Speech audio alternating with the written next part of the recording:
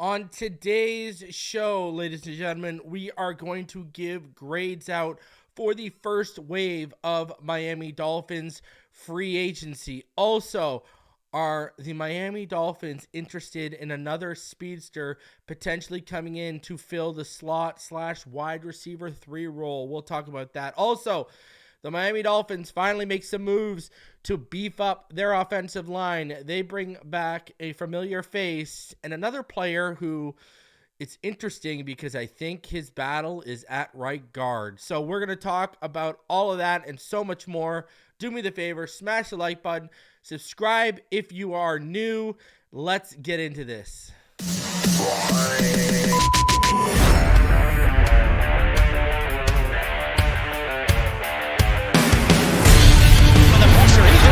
Loses the football. Touchdown! Got it! You have got to be kidding me.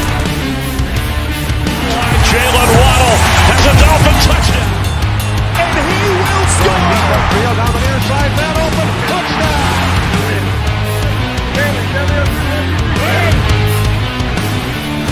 The run from Tua Tagovailoa.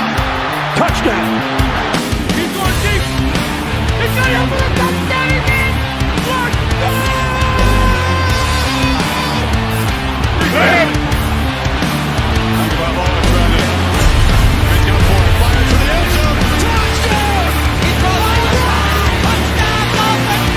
Beautiful day to be a Dolphin fan. Let's go!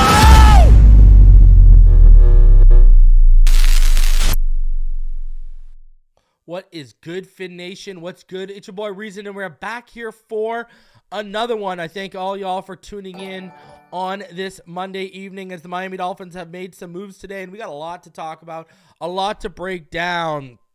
First thing I want to do is shout out to the homie Knight.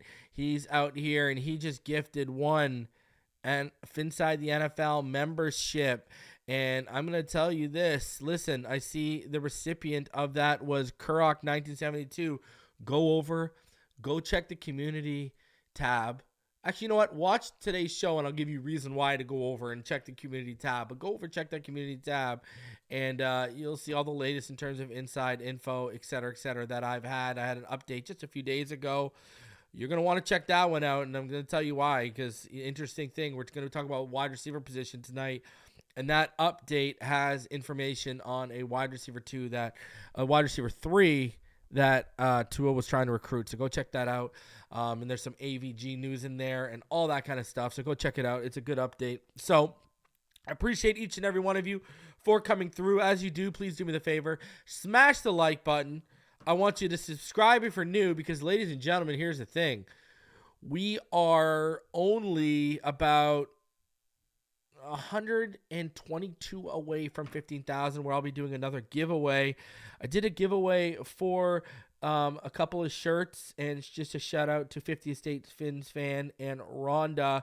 I actually had those packages sent back to me in return, so I'll be sending them back out again this week. I don't know what went wrong, but I'll be sending those back out to you guys this week coming up. So be on the lookout for those, and I'm going to expedite them. So be on the lookout for those, ladies and gentlemen.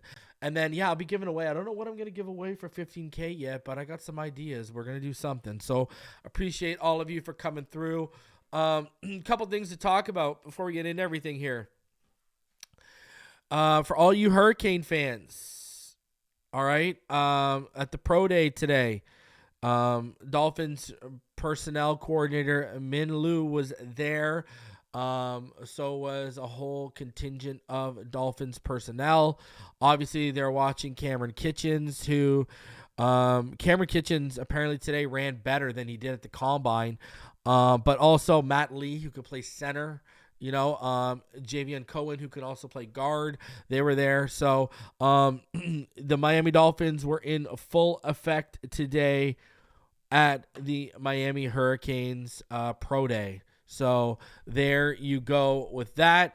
And don't forget Leonard Taylor. You can't forget Leonard Taylor. We need some, interior defensive line help potentially. So, yeah, I don't know.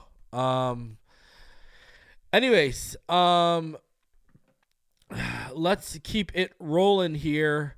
I get everyone in the chat saying volume's fine on their end, so I'm not too worried about that. But okay, let's continue on here.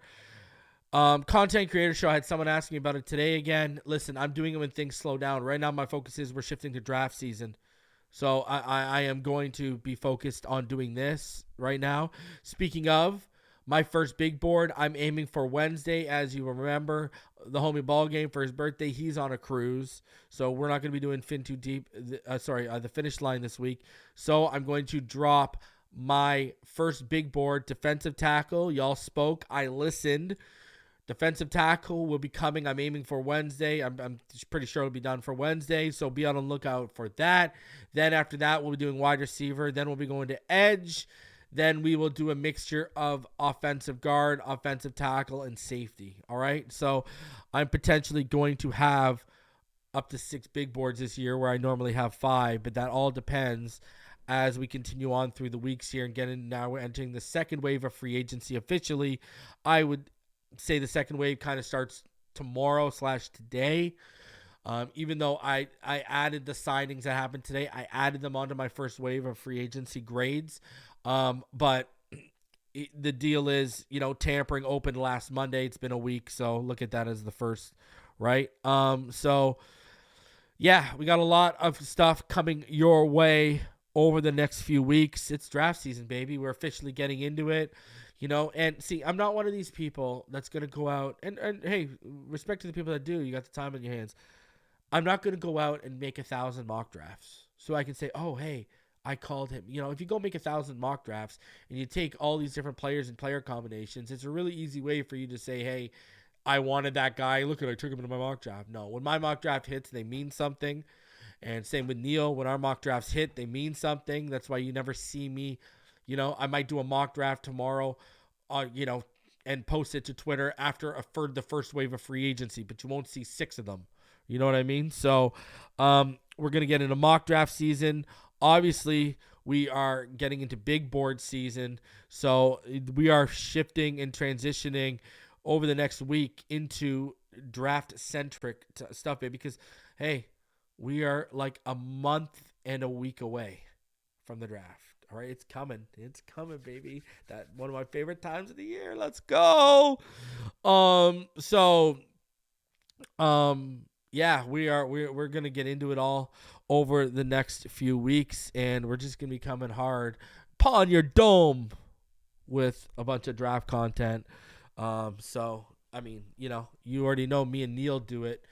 In terms of provide draft content basically weekly, even throughout the season. We're always talking the draft on our show, but now the channel is going to be transitioning a little bit more too. So appreciate y'all. Let's get down for the journey, down for the ride.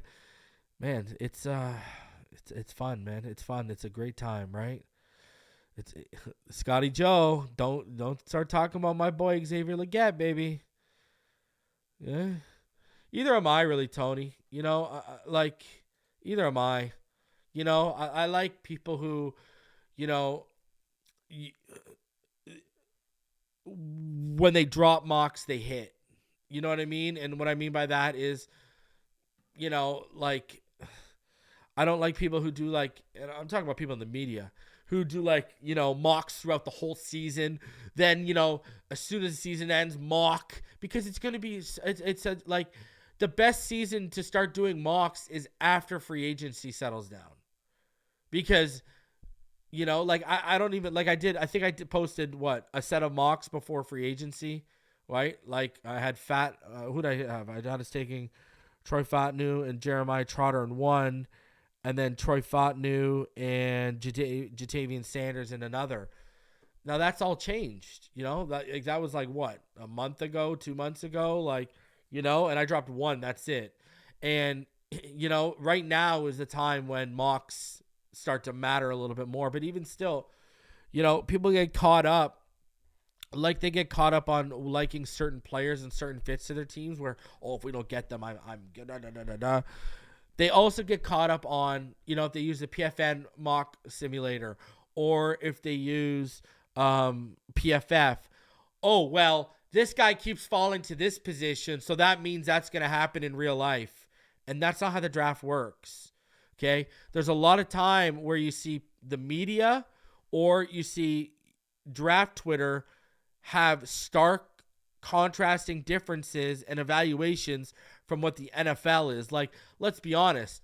The media and draft Twitter, perfect example. They all weren't high on J.J. McCarthy, but what happened? They learned the NFL is high on J.J. McCarthy. So what?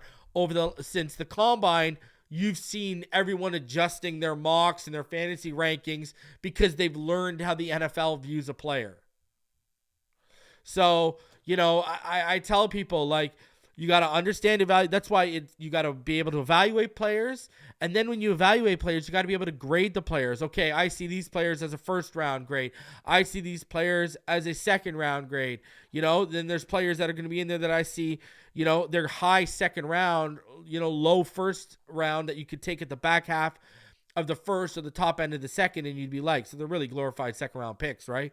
I always talk about that. When you get, let's say you got 21 first round grades, right? What does that tell you? When your 21 first round grades are off the board, and let's say you're picking at, because there's always people that get pushed down, right? So let's say you're at 25 and all your 21 first round grades are off the board. Now you're at 25 selecting a glorified second round grade, which is why I always say be okay with trading back. So yeah, I find with draft season, people get a lot of tunnel vision. And whether it's on players, whether it's on simulators and players falling to certain positions so they get locked in of, they'll be there. This simulator keeps telling me they'll be there, when that's not how it works, right? That's not how it works. So, yeah, there's a lot that goes into it, man, and it's not a simple process. I mean, that's why when you remember the Jacksonville Jaguars, when their board came out in the Trevor Lawrence draft, they had Trevor Lawrence had the same grade as Jaelan Waddle. But quarterback's the more premium position, so you go with the quarterback, right? So, yeah, there's just there's a lot, man. There's a lot that goes into it, right? And people just need to get out of that mindset of, just tunnel vision with it. That's what I would say. And it's not just Dolphin fans. It's every fan across every fan base. You see it happening, right? So that's why you got to stick to your grades. Your evaluations and your grades, because they will tell you where a guy makes sense on the draft. Where it's realistic that guy's going to fall. So, and yeah, I would agree with you, Rome Gray. Jaelan Waddle's been the better professional football player since he's been drafted than Trevor Lawrence. Trevor Lawrence, I'm going to be honest with you. Trevor Lawrence is the definition of mid, and he's got all those traits. And I go back to, I'll always blame Clemson. It's Clemson's fault, because what happened? They put him in the position as a freshman. He won the national championship. They had one of the better defenses you've seen in college football in the last 20 years. That defense that Christian Wilkins was a part of. People forget how great that defense was. They always talk about Trevor Lawrence, but that defense was phenomenal. And what happened? He regressed every single year. You know why? Because big programs like Clemson, they don't got time to sit back and develop you and grow you properly, from mechanics, footwork, all that kind of stuff. They don't have time. They got to put you out there and you got to win. They are a high-profile college or university, and they need high-profile results. They don't have time to wait around. That's why, like Alabama, let's talk about Alabama. They didn't have time to develop Hurts as a passer. That's why they pivoted to Tua Tagovailoa. Right? They were like, okay, well, we can still keep winning off his athleticism, and he can take the lumps and bruises as a passer, and we can get through that. They said, no, we can't afford to go through the growth and developmental process with this kid as a passer. That's basically what they said with Jalen Hurts. So, and what's crazy is I remember people, go back to the Tuesday night panel. I was telling people back then, do not fall for the Trevor, because there were people like, oh, there are people saying, why trade up for Burrow or why draft Tua or any of the quarterbacks in these 2020 class when you can just wait around, tank another year, and go get Trevor Lawrence. Not only was it not a guarantee you weren't going to get the number one pick, I kept telling people, do not fall for that one. Do not fall for that one. And here we are. I'll say this right now. Tua Tagovailoa is a much better professional quarterback than Trevor Lawrence. If Tua had Trevor's traits, like I'm talking about like physical gifts, like his arm strength, and his size and his legs. If Tua Tagovailoa had that, Tua Tagovailoa would be battling Patrick Mahomes for the best quarterback in the NFL right now. He'd be up there with the Josh Allen and such. If he had the physical gifts to go along with the intangibles he already has as a passer, like that's what's such a shame about Trevor Lawrence. That's what's such a shame. So, anyways, let's get into it. We got quite a bit to go over. So, let's go over with something that happened yesterday after I was done going live. An interesting little nugget for all of you.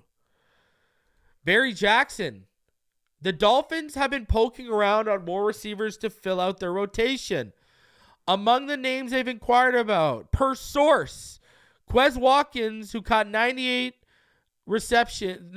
targets for 1,249 yards and 6 touchdowns for the Eagles over the past 4 years. Now, he said, I'm sure there's others too. Not sure who they'll add, but more to come. So he's straight up telling you more is coming. All right. Let's talk about this for a sec. Quez Watkins.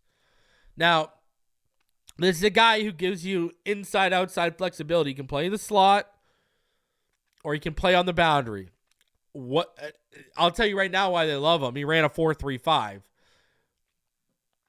That's exactly why they love him. All right? 6 foot, about 195 pounds, runs a 4.35. Now, his best year was 2021. He had 43 receptions for 647 yards.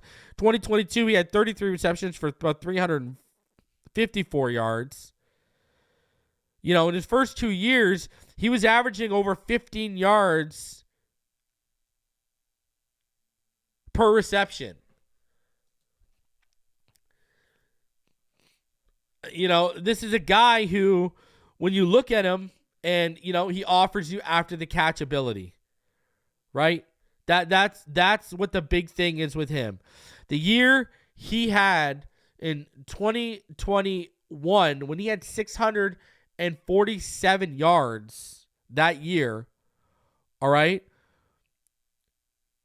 About 260 of those came after the catch. Now, in 2022, when he had 354 yards receiving, all right, about 157 of those came after the catch. Last year, he only played in 6 games, had 106 yards, and guess what? Out of those 106 yards, 66 of them came after the catch. See where I'm going here with this? Quez Watkins is a speedster who can fill that slot role. He's bigger than Barrios. But he's a vertical threat. He can threaten, the top of a defense. And he's got speed. So you can see the intrigue. Now, this is where it gets a little muddy. Word is the Chiefs, the Steelers, and the Titans are other teams that are interested in Quez Watkins. I don't think he would be a high-priced free agent by any stretch of the imagination. But I can see the intrigue and I can understand the intrigue. And he's a decent pass blocker from what I remember and what I've seen of the kid. He's not like a bad, terrible pass blocker. Like, he doesn't get blown up. So, I can understand the intrigue here. I can really understand the intrigue here for the Miami Dolphins. And I'm going to say this much. If you can put up, let's be honest here. Let's be real here. If you can put up, it really does look like when you break it down. You go from 2021 when he's on that trajectory. Now I know he's been hurt a little bit.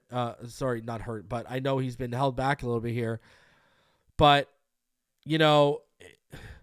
has he suffered? Jalen Hurts all of a sudden has gone away from him the past few years. And I got to say this, if you can get 647 receiving yards with Jalen Hurts, my friend, you certainly can break 1,000 with Tua Tagovailoa. I got to be the one to tell you that. Now, he dealt with an injury in 2023. So, he had a hamstring injury. I think he missed like 5 or 6 games with a hamstring injury. So, and when you're running a 4.35 and a lot of your game is, predicated on speed, that's an injury that, isn't very friendly to you, right? So, listen, again, if you added Quez Watkins, let me say this. If you added Quez Watkins, this would not stop me from drafting an Xavier Legette or a Lad McConkey if they fall on my lap, or if a Roma Dunze or a Brian Thomas fall on my lap. No. This wouldn't stop me from taking a guy at 21, let alone 55. That's just where we're at. So, but it's a potential good. He's a proven commodity at the NFL level. He has the speed they like, and he's a decent blocker. It makes sense. Now, is it going to happen? I don't know, because I know I'm going to just be keeping a buck with you. If I was a receiver and I wasn't getting much money, big financial offers around the league, and this is no offense to anyone, I would go to Kansas City. I'm just saying. That's what I would personally do. Give you a chance to win and up your value. I still think you can up your value in Miami, but let's keep it $150 with ourselves, right? So now, in terms of, hands with him, Quez Watkins only has 4 drops in 4 years. That's actually another, and he can win contested catches too, but he only has 4 drops accredited to him in 4 years. So 4 drops on about 158 targets. That's what's been credited to him. That's relatively well. We'll see how it goes. I'm not sitting here saying we're signing him right now, but Barry Jackson, when he speaks like that, you listen, right? He'll let you know what time it is. So, continuing on here. All right. The Miami Dolphins, they re-signed former Patriots first-round draft pick Isaiah Wynn to a 1-year deal per agents Drew Rosenhaus and Sean O'Dare. Now, this is a signing we've been talking about for weeks. This is something I've been discussing that needs to happen, just because it's going to be inexpensive. And I'm going to say this, like Quez Watkins, if a Troy Fautanu falls in my lap at 21, if they're in love with Amarius Mims, if they like Graham Barton, if J.C. Latham is there, J.C. Latham might be better at guard overall. But anyways, my whole point is, I would not let this stop me from taking a tackle who could potentially play guard for me in year 1 at 21. And this certainly wouldn't stop me from taking a Christian Haynes, a Mahogany, or a Cooper Bebe. This wouldn't stop me from taking a guard at 55 either, just so you know. I want everyone to I want to preface that with, I like this signing, and I wanted this signing to happen, because if this man stays healthy, Isaiah Wynn is a difference maker in the run game. I know you've heard me talk about this ad nauseum, ladies and gentlemen. Raheem Mostert didn't have a 100-plus yard game after Wynn went down. And, I'm going to say this. Look at how everyone was worried about how good of a pass blocker he'd be for us, right? He gave up no sacks and only 4 pressures in 224 pass blocking snaps last year. Everyone was worried. The mastery of Butch Barry. Wynn had moments and had lapses in pass pro, but overall, let's be honest here. Up until week 7, he was dominant in the run, and he was giving us some of the best pass pro reps of his career. And I remember when we got him, everyone in the media and people on social media, oh, he's a right tackle. And I kept telling each and every one of you, they're kicking him back to left guard. That's where he played in Georgia before he got kicked out to tackle. He will work there. When you look at his traits, he's a perfect fit there. What happens? They move him to left guard, and let's be keeping a buck with each other. Isaiah Wynn was like a top 10 left guard in the NFL last year before he got hurt. I don't know what to tell you. Isaiah Wynn was freaking lights out in the run game. In pass pro, he was putting again some of his best pass pro reps of his guys. I want you to understand. We got him to the level Dante Scarnecchia had him at. And people might be like, "Who's Dante Scarnecchia?" 20 years he was with the New England Patriots, an offensive line guru with Bill Belichick. Bill Belichick never skimped on the offensive line, and he kept Dante Scarnecchia one of the high. Dante Scarnecchia was making he's a positional coach, he's an offensive line coach. He was making as much as some of the top paid coordinators in the NFL. And we got him back to that level. I'm just saying, if he can stay healthy, you have your answer at left guard, but that's a big if. And that if is why if a guard fell to me, he's on a 1-year deal. If a guard fell to me at 55, let's say, that I really like, I would take the guard just in case. Can never have enough depth, right? Especially for this 1 year. And then transition that guy to the starter in year 2 if you want. Or let him see if he can beat out Wynn. I'm just saying. It's a big if. But if he's healthy, we've got left guard locked down. But still, because of that big if, it would not prevent me from taking a tackle who can play left guard or a left guard. It wouldn't. But I'm a fan of this re-signing. Because even if you draft someone who can beat him out, Wynn accounts for depth, and hopefully he can't get hurt sitting on the bench, Now, continuing on. We continue here with the offensive line and another move the Miami Dolphins made today. The Dolphins announced they've signed former Eagles offensive lineman Jack Driscoll.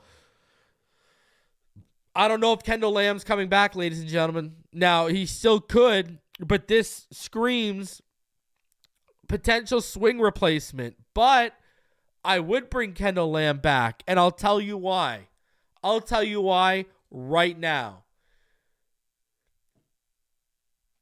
Jack Driscoll is going to compete at right guard with Liam Eichenberg and Robert Jones, I think. That's what that screams to me. His best tape as a professional has been at right guard. That's just a fact. Now, he can play. He's been shifted to left tackle. He's been shifted to right tackle. He's struggled more at tackle than he has at right guard. At right guard, Jack Driscoll has played his best football at the professional level. I think this is a move at right guard. But what are they doing here? They're setting themselves up, so they're giving themselves flexibility with that pick. I can't be mad at it. But y'all saw the results we got from Isaiah Wynn last year, right? After he looked like he had struggled at tackle since Scarnecchia left. And I kept saying, put him back at left guard. That's where he fits. Well, I'm sitting here saying that with Driscoll now.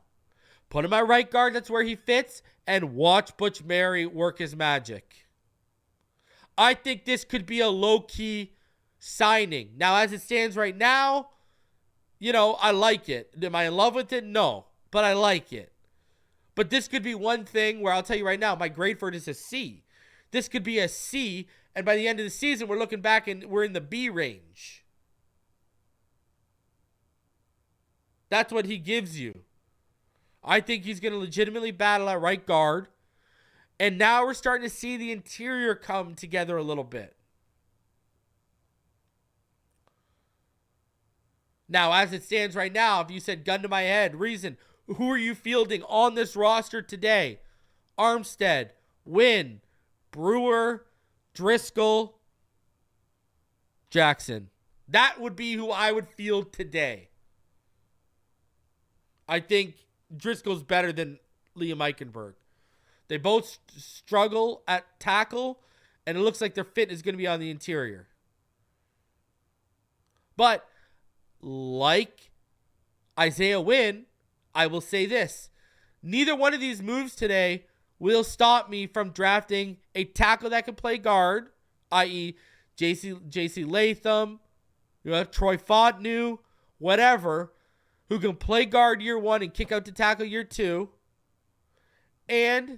or a Graham Barton, whatever the case may be, and it does not stop me from wanting to take a guard. Let's say I'm sitting at 55 and Christian Haynes is there, or Christian Mahogany, or Cooper Bebe, the names I mentioned earlier, wouldn't stop me. Would not stop me. Just wouldn't. So I want people to know that I like these moves, but they don't move the needle enough for me where, okay, scratch them off your draft list.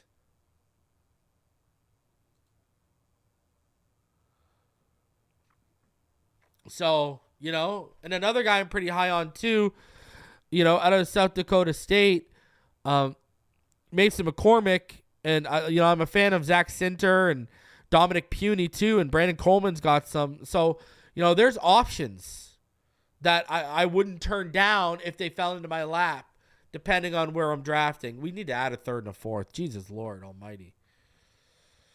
I don't know what else to say. We need more draft pick. We need another day 2 pick. Having one day 2 pick and then not picking until the 5th, I'm not a fan. So, but yeah, either one would not stop me from drafting a offensive lineman at 21 or 55. Hell, maybe they circle around, and if he's still on the board in the 5th round, maybe they come with a C.J. Hansen out of Holy Cross, or a Jacob Monk out of Duke, or maybe a Layden Robinson out of Texas A&M. I don't know. But I'd even still take a shot in the 5th and beyond on a guard too, if you don't get one with 21 or 55. So, but I like the signings. I do like the signings. Now, all that said, let's go ahead and let's get into my free agency grades up until this point for you guys, okay? 633 of you in the room. Smash that like button. Subscribe if you are new. So, here are my defensive grades. I'm giving that Jordan Brooks signing an A. I think this is one of the best coverage linebackers we've had in quite some time.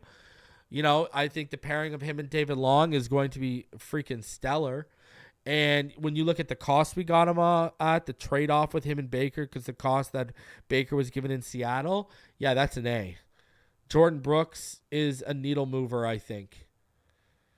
I think this is, one of our best signings, or our best signing in free agency. Xavier Howard being released, I got to give that an A. You see the lower extremities starting to, become issues for him, whether it's the groin or his hamstring, whatever the case may be. He's starting to have lower body issues. He looks like he's lost a step. He wasn't willing to play ball financially. I know it was tough for people, but you had to make the move. And right below that, I have Kendall Fuller at an A-. Again, it's kind of a trade-off, right? It is kind of a trade-off. Now, what I like about this, and I could have given it an A, is he could play the slot, he could play the boundary. There's so much flexibility to Kendall Fuller, right? You make plays on the ball, and Xavier Howard's plays on the balls have become fewer and far between as of late. So, I'm a fan of that. And when you team him up with Jalen Ramsey, that's a pretty damn good duo. And he's fine in zone or man. There's more pep to Kendall Fuller's step right now than there is to Xavier Howard. I mean, you're talking about a guy who's played over 1,000 snaps in 3 straight seasons.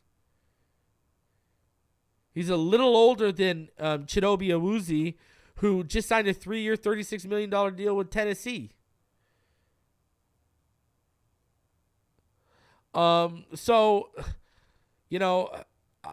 just think that this is, I think you're going to see him on the boundary, mainly. But then when they want to move Ramsey around, that allows Cam Smith to take the other boundary spot. Fuller can also play in the slot. He just gives you so much flexibility.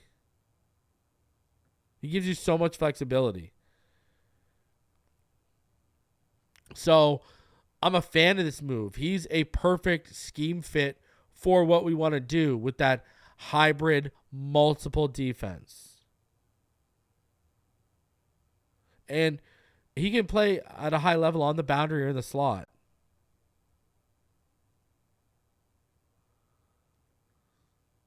So, you see Fuller, he was the much better player in 2022. Now, 2023, they both had down years by their standards, but the Commanders were just a crap show last year. And even though it was a crap show, what happened? He was still considered one of the better corners in football last year. And Fuller, the big thing too, is he's 2 years younger than Xavier Howard. Xavier Howard's about to turn 31. Fuller will turn 29.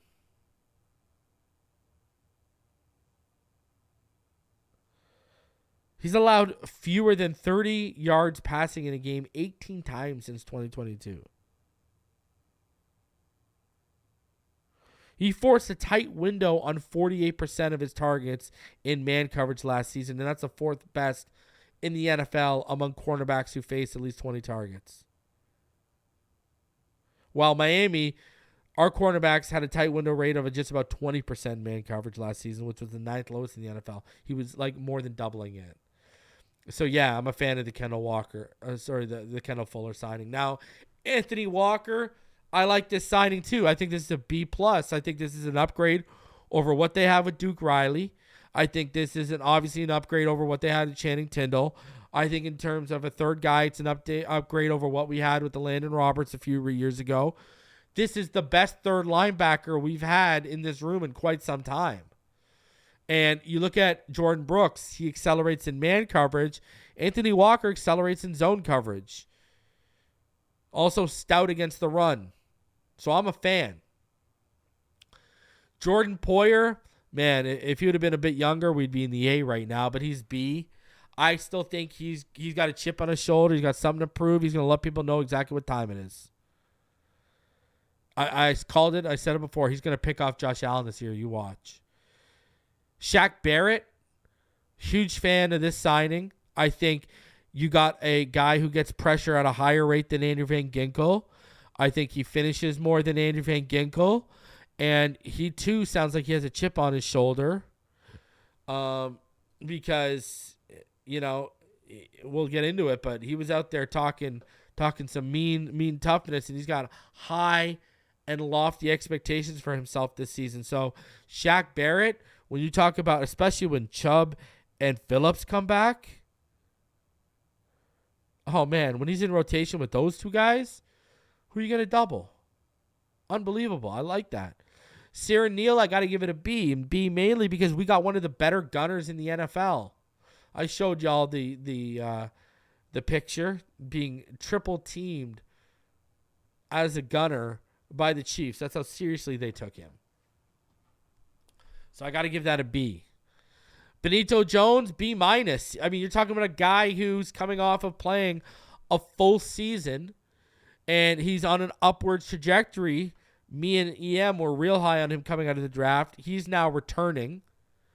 So with Benito Jones, I think that's I think that could be one of those that gets up to like a B+ by the end of the year.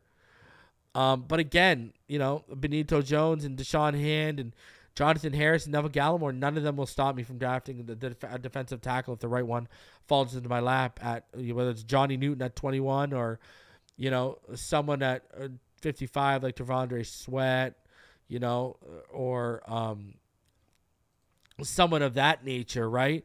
So, yeah, but, I'm a fan. And remember, my defensive tackle big board will be coming on Wednesday, all right? But, man, so Nick Needham, the re-signing, that's a B- for me. You got familiarity. You got another guy. You got another slot option. And he's, I think, enough time removed from his injury, from his Achilles injury, where I think you're going to see Nick Needham start to look like a little bit more what he was before the injury. All right? So these are the defensive grades, by the way, for people asking where someone is. Deshaun Hand, that's a C+ for me. I mean, we saw what he offered last year. It's just kind of limited. I mean, that's whatever. Elijah Campbell, that's a C. Again, he's a depth piece. He's a body. You know what I mean? I can't really sit here and say Elijah Campbell is going to be an impact player. It's a restricted free agent they brought back. Jonathan Harris and Neville Gallimore, I both have them at a C. To be honest with you, I see Benito Jones beating both of them out in a competition. But I think if you don't draft anyone, they have a strong chance to be part of the rotation with Deshaun Hand. I look at more like Hand, Harris, and Gallimore are battling for the final DT spots. And then, yes, I gave Jake Bailey an F. Sorry. Not a fan. Just not a fan of the signing. Everyone knows I wasn't a fan. Listen, I don't care if he can hold the ball well. He's not a good punter. So overall, when you add up those letter grades and you calculate it out, the overall grade is a B-. And that's exactly the same grade we had defensively last year. I checked. That's the same grade I gave them last year, was a B-. So after the first wave of free agency, ICS overall grade on defense, B-. Now, switching to the offense, I am going to give Aaron Brewer and that signing a B+. Now you're going to say, reason, why is it not an A? Well, I think he's a perfect scheme fit. He's about 295. He's a little bit undersized, but I do think he's going to be a perfect scheme fit. The reason why it's not an A+ is because he's a dominant run blocker, but in pass pro, there's still development and a little left to be desired on the bone. So I think if he was more refined as a pass blocker, you would have been in the A here. And I also know their number one target was Andre James, who signed the night before tampering opened. So I know this was more of a pivot, but I liked it. He was on my top 30 free agent list for the Miami Dolphins, right? I believe Aaron Brewer was number 14 on that list. So this is a B+ signing for me. I like this signing. I think all the people who doubted Connor Williams moving from left guard to center, we're bringing in a guy who's much more experienced at center already. So I think we've got a high ceiling here for this kid. So I'm a fan of the Aaron Brewer signing. Number 2, Jonnu Smith. I give this a B, a solid, flat-out B. So for Jonnu, with me, he offers what I've been screaming and clamoring for after the catch, right? I mean, he offers the speed at the position. He's a pretty good blocker. But at the end of the day, it's a 1-year deal. He's 28. And, we're hoping, we are hoping that he doesn't revert back into what we saw at New England, and Atlanta wasn't just a one-off. Now, if he can build off of if he can outproduce what he did in Atlanta last year, this is another signing that could jump from a B to an A. Same thing with Aaron Brewer. Aaron Brewer could jump from a B+ to an A+. So, Jonnu, and the other reason was there was a couple other options out there I liked a little bit more than Jonnu. So, for me, that is that's a B for me. Isaiah Wynn, I give him a B. Again, we saw how good he was when he was healthy. If he can stay healthy this year, this could another signing that could jump to an A. All three of these top ones can jump to an A. There's a good chance. So I got to preface that with this. So Isaiah Wynn, I got to give that a B. To me, if he can stay healthy, like I said, that run game is going to get back to popping, baby. That run game is going to get back to popping, and if he can continue to build up the year he was having in pass pro and get better in the second year in this offense, man, I like it. I like it there. Braxton Berrios. Oh, sorry. Robert Jones, I give it a B-. We know what he is. We like this kid's ceiling. He's just got to be able to stay healthy. But, again, competition at right guard. I like it. Taking care of your own, bring your own back. I like it. Braxton Berrios, I gave that a C+. Still leaving a bit to be desired on special teams. Looked like he was on pace for maybe having a really good year after the first 4 weeks. Kind of slowed down. It's kind of, we already know what we're getting there. Now, Jack Driscoll. This is I give it a C right now. But this is another signing that has the potential to get into a much higher grade. If he goes in and he beats out, because here's the reason why I got him at a C. I'm projecting and theorizing he's going to be at right guard. I'm telling you from what I've seen on tape, he's the best. His best fit is at right guard. But they haven't come out and said, hey, he's in a battle at right guard with Liam Eichenberg. We don't know if he's going to be a swing. If they just want him to be a swing tackle and replace Kendall Lamb as a swing tackle / guard, then he's not going to be getting starting playing time. But if he goes ahead and he wins the starting right guard spot, then this thing jumps well over. It could jump well over a B, depending on how he performs. So right now it's a C because we don't know what their plan is with him. Is he a swing? Or is he going to be in the legit competition for right guard? If I got a phone call from Mike McDaniel and said, hey, Reason, he's in legit competition for right guard, this would be a B. But that's me theorizing. I think he fits at right guard, and that's where they'll have him go. So there is, you look at Aaron Brewer, Jonnu Smith, Isaiah Wynn, and Jack Driscoll, those grades have potential to be much higher than what you're seeing right now. Jody, I got to be objective. I can't let subjective opinion come in here. And right now, we don't know what the plan is for Jack Driscoll, so I'm taking it as a C. Jody Fortson, C- for me. What, are you going to compete with Tanner Connor? Now, John who pushes you down, Smythe pushes you down. He's going to be competing with, like, Julian Hill and Tanner Connor and such. I don't see him breaking into the top 2. And then Salvin Ahmed, that's a D. Yeah, I could have given it an F, but it's a camp body. He's got the speed. McDaniel's infatuated with him. So I kept him, I kept him at a D. Overall, when you add those up, ladies and gentlemen, you come out with a C+. All right? You come up with a C+.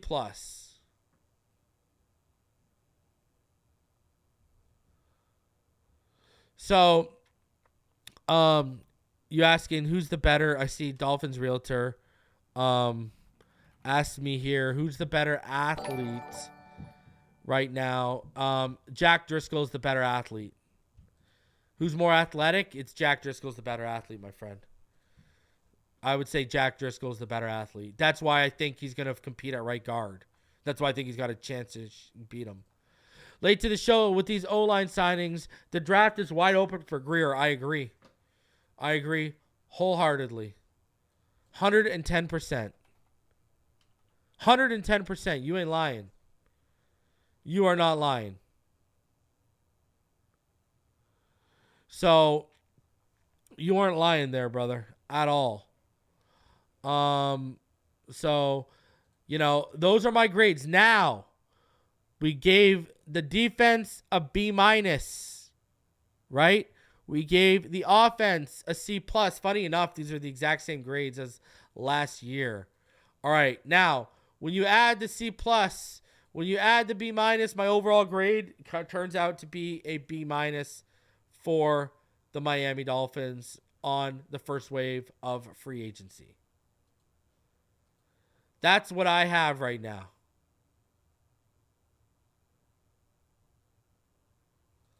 That's where I'm at.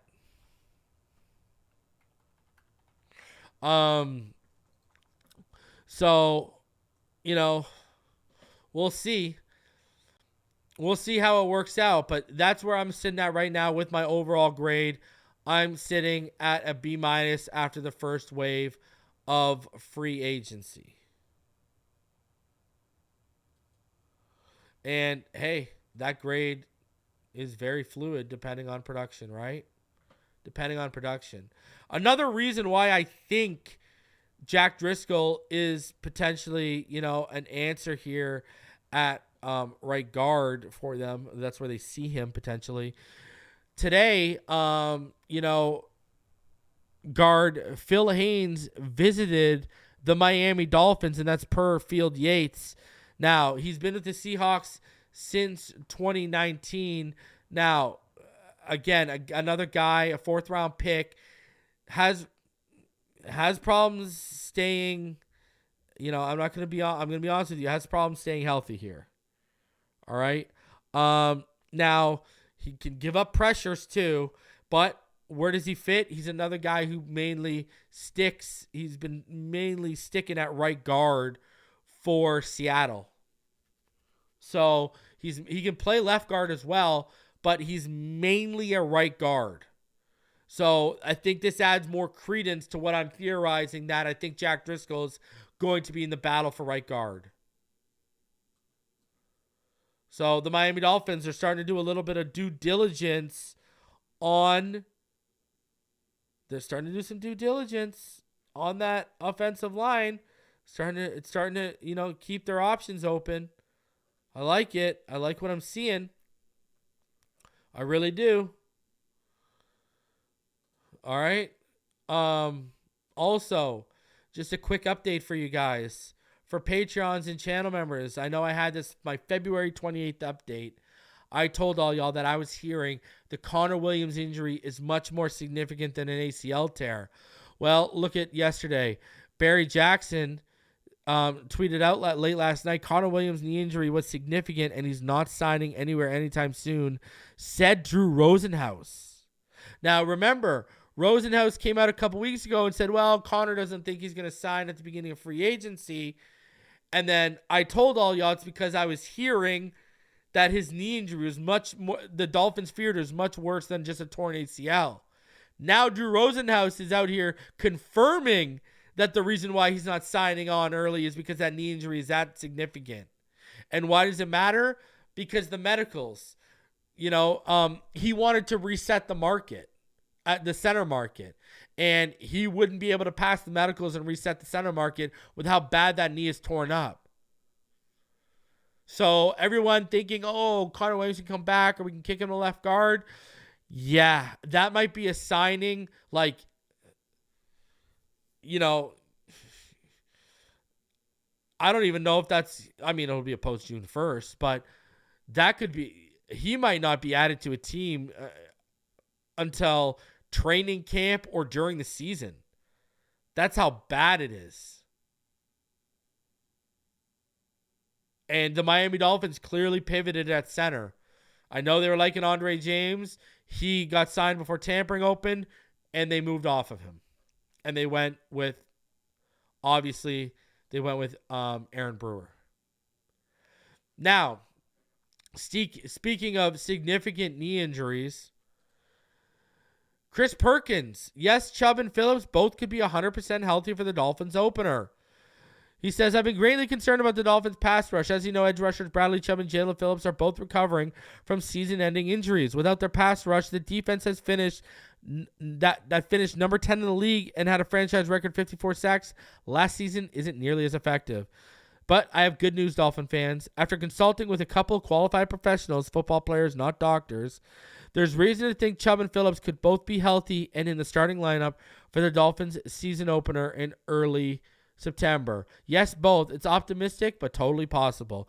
I consulted newly signed tight end Jody Fortson and newly signed Jordan Brooks. Consider this. Returning from an Achilles injury usually takes 6 to 9 months. Fortson, while playing for Kansas City, returned from an Achilles injury in 6 months. Returning from an ACL injury generally takes between 9 and 12 months. Brooks, while playing for Seattle, returned from an ACL injury in 8 months. This is where things take an interesting turn. If the Dolphins think it's realistic both Chubb and Phillips are both healthy by opening day, that would mean they only need one more edge rusher, a mid-level guy in free agency or the draft, someone to go along with recently signed Shaq, Barrett, and provide depth. Think of the 2020 version of AVG who had 5.5 sacks. However, if the Dolphins don't think it's realistic both will be healthy by opening day, or that one of them won't be 100% healthy until, say, midseason, that would mean they need a top-level guy, a high-profile free agent, or a first- or second-round draft pick to supply additional pass rush punch. Think beyond Barrett to perhaps the 2021 version of Phillips, the rookie who had 8.5 sacks. If you listen to Fortson and Brooks, the optimistic view of Chubb's and Phillips' return is realistic. Let's do the math. Phillips, who had 6.5 sacks last season, was recovering from an Achilles tendon injury he sustained at the New York Jets on November 24th. If Phillips returns in 6 months, he'll be back in May. Chubb, who had 11.5 sacks, is recovering from an ACL injury he sustained at Baltimore on December 31st. If he returns in 8 months, that'll be August. Here's even better news. Fortson said he wasn't just fit to return to practice in a short amount of time. He said he was 100% healthy in a short amount of time. I tore my Achilles on October 17th of 2021, and I was back on the field that February. So I kind of felt 100% by OTAs, which if Chubb is back by May and back to 100% by May, by September, I like where his body will be at. It's if one of these guys are returning, you want them to return before camp starts so they can have camp to ramp up, et cetera, et cetera. You don't want them returning in season and being thrown into the wolves because they won't look the same. So, Brooks, a Christian who was wearing a t-shirt that said "Seek Jesus," said divine intervention aided his speedy recovery. It was just praying, honestly. It wasn't anything I did. I did the normal rehab protocol all week, but I think it was just God, honestly, healing me in the manner that he did. Here's what matters. A study published a year ago in Orthopedic Journal of Sports Medicine regarding NFL players who sustained ACL injuries between 2013 and 2018 found that NFL players are severely affected by ACL injury, with only 28.5% still active in the league 3 years after the injury.